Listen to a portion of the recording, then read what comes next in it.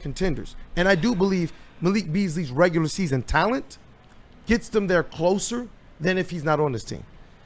Yeah, and that's what's so difficult about this. I mean, if I'm looking just throughout free agency, because you gotta explore that. Obviously, I know that the big name right now, and shout out Anson, he did a reel on that on the Woodward Sports socials that banged, even if a lot of people disagree with him. I know Nickeil Alexander-Walker is a name that keeps getting brought up, and just with a Nickeil Alexander-Walker, he obviously didn't have the regular season impact for the Timberwolves that Malik did for the Pistons last year, but he's a damn good player. He shot 43% on catch and shoot threes on 4 attempts per game. So it gives you some of the movement shooting. I think he's a better rebounder, a better passer, a better defender, probably a better ball handler.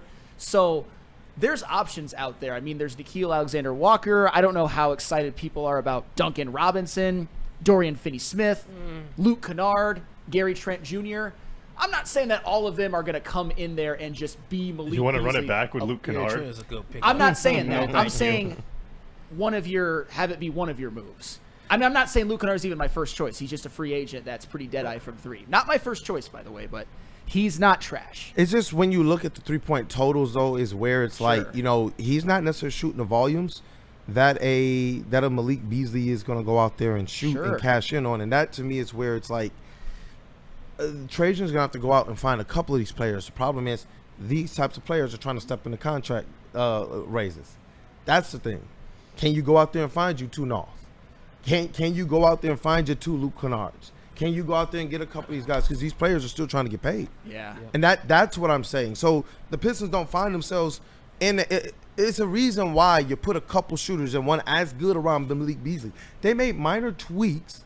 Not many people was like, yay, Tobias Harris. Yay, Tim Hardaway Jr. Yeah, people were intrigued by Malik Beasley at $6 million. And so that's why I'm like, you look at these little things that people thought were insignificant, but the problem is this. Only the Pistons were one of the handful of teams that had shooting like that from a specialist. And you saw how much it did impact things and change things for guys like Cade and even a Jaden Ivey before he went out. His assists per game in this facilitation looked like it took a little bit of a leap. That to me is where I'm just like, all right, if Trajan can go out there and find a couple more shooters, which I am all for if he can do that, and you're not also, like he said, he's not looking for deals that are going to hamstring what they're going to do ahead. Because I keep believing, and I've been saying this and been consistent with this, that is next offseason that he's looking to play in when Tobias Harris' contract comes off the books. Yeah, and that might be the way to go. And yeah, for the record, I'm not saying just Malik Beasley out, put Luke Kennard in, and run it back. I mean, I know Santi Aldama's a name out there. I mean, hell, they could still even take a big swing. Devin Booker, Santi and Naw would actually, that would move the needle for me. Sure. That would more than move the needle for me. And what would... Both of them, though. And like right, both of them. I want to be very clear. Both, or if you wanted to take like a big swing, I mean, Devin Booker, hey, he was at throwing out the first pitch. Hey, I don't know if they're going to do that, but I'm looking at somebody. 100% they would, and that's fair. I'm looking at somebody, and Willie, I know you talked about him before the show. I'd actually kind of forgotten about him because of how little money he actually made last year. Yep. Would Gary Trent Jr. take a 1-year $6 million with the Detroit Pistons? Absolutely. For some reason, he took like a 1-year $2 million with the Bucks last year. I feel like he could probably get more than 1 year at 6. But Gary Trent Jr.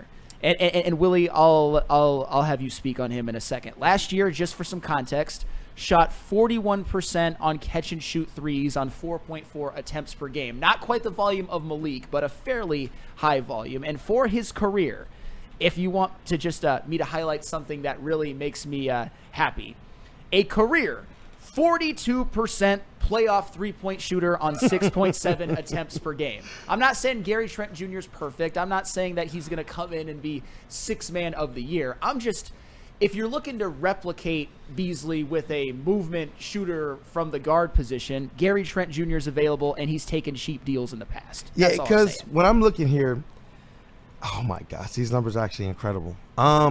These other people have the field goal percentage on much lower attempts. Yes. This is insane. Okay, do you understand the usage from the 3-point line that Malik Beasley carried? I know. He was insane. 766 3-point attempts Listen to that. I know. 766 three-point attempts. How many makes? 319. I don't even know if Gary Trent and no, I don't even know if these guys combined for as many as he made. It's going to be close. I think they just went over. That's what I'm saying. So you got to get two of these guys because Malik Beasley was on an absolute heater that was historic. I don't know if people quite understand the load that he was bearing from behind the arc for the Pistons.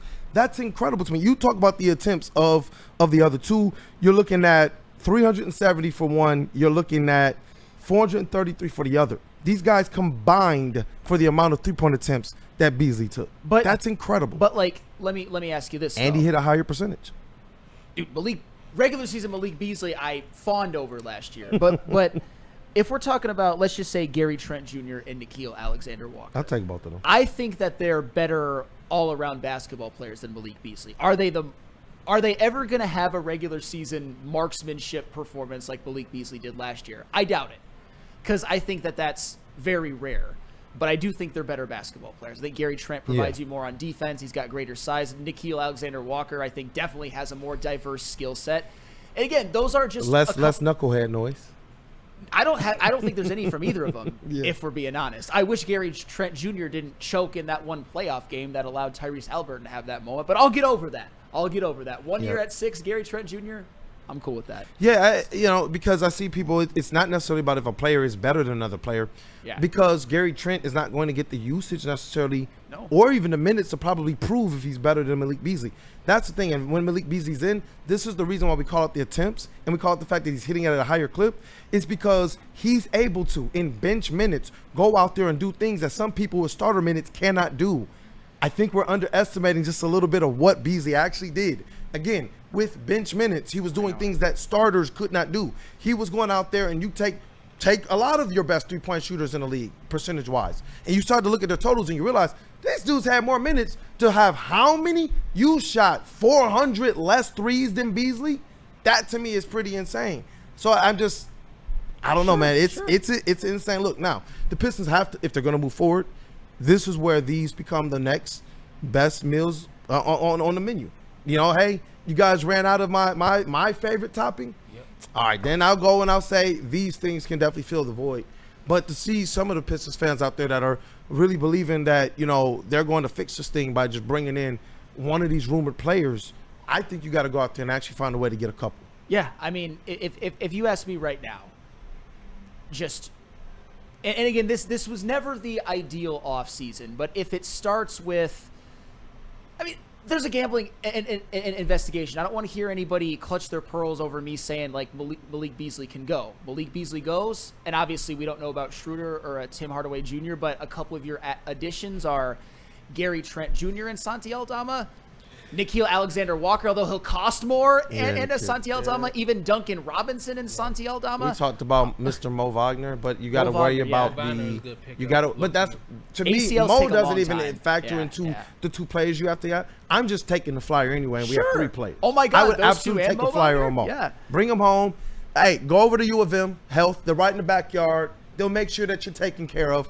I think that they got some familiarity with you over there. Yeah. I would absolutely, on just a flyer, let's see what we got here, I would do something like that. Yeah, and just for more context on Duncan Robinson, because I haven't really brought him up individually. Duncan Robinson's obviously been dead-eye at many points throughout his career. He's had some down seasons, but last year on catch-and-shoot threes, he was 39% on 4 attempts per game, which actually he could probably stand to get that up a little bit, and I think he will. But the thing that I love about Duncan Robinson, and no, it's not that he's a Michigan alum, although I love that too.